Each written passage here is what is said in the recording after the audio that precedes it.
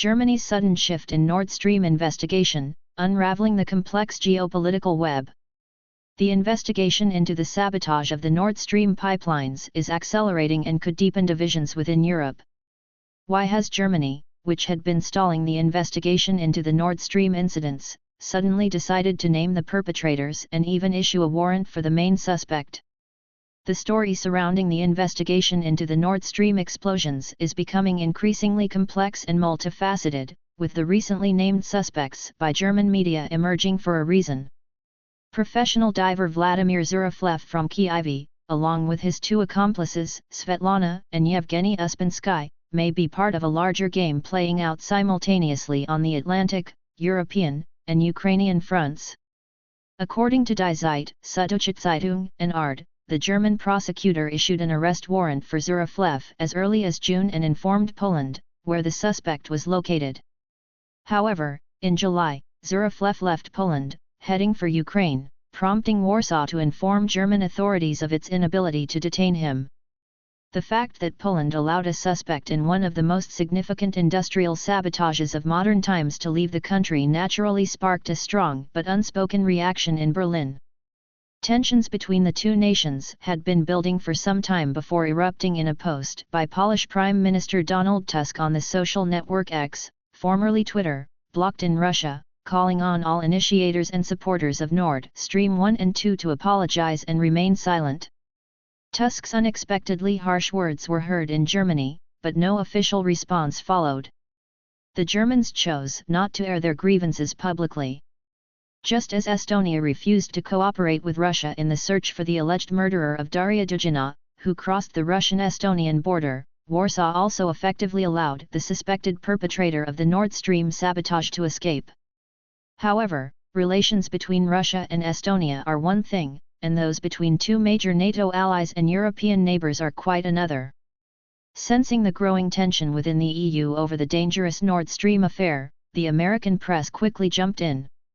The Wall Street Journal presented an alternative reality where three ordinary divers, financed by unnamed Ukrainian businessmen, decided to blow up a major infrastructure project. This far-fetched version struggled to gain traction in the public consciousness. So, it was then furnished with details, which, as is well known, lend credibility to any story. The details of this narrative are as follows: President Zelensky was aware of the planned operation in the Baltic Sea. The responsibility for its preparation was assigned to the then Ukrainian Commander-in-Chief, Valery Zaluzhny. However, once the US CIA got wind of the impending attack, Washington issued a stern warning to halt the operation, which was conveyed to Zaluzhny by Zelensky. But allegedly, Zaluzhny disobeyed his superior's order, leading to the events that unfolded. The version propagated by the Americans aims primarily to deflect any suspicion away from the United States itself.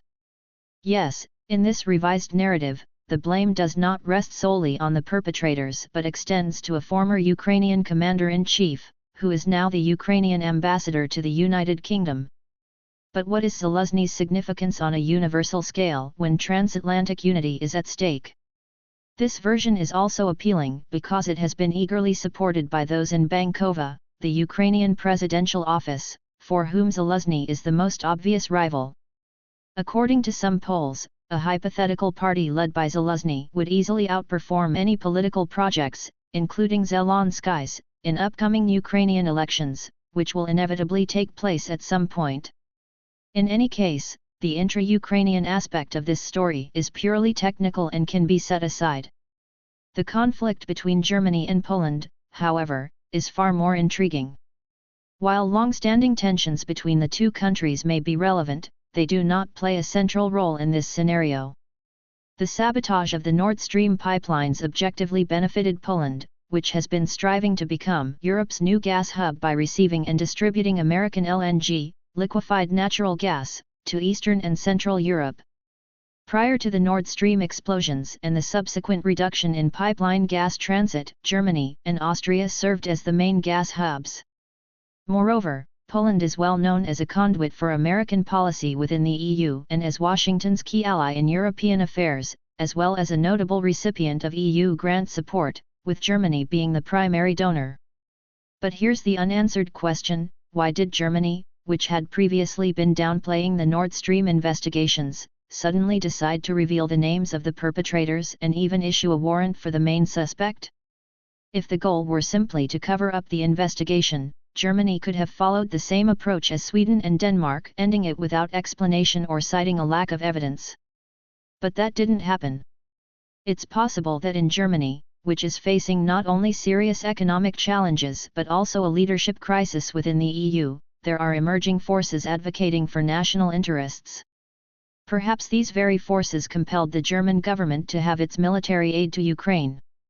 To do so without consequences would require a strong justification, such as proven Ukrainian involvement in the pipeline sabotage, which deprived the German economy of affordable energy. In this case, US pressure would be out of place, as the investigation could lead to a trail that crosses the Atlantic, with all the ensuing repercussions for the United States.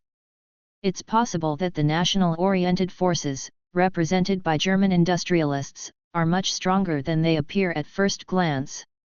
Despite the political elite of the country being heavily reliant on Washington, internal tensions may be too great to continue following the course set by the Biden/Harris administration. If Berlin begins to align with the conservative forces forming around Orban and Fico in Europe, as some analysts predict, the anticipated US withdrawal from Europe could happen sooner than expected. At the center of all this would be the Nord Stream story.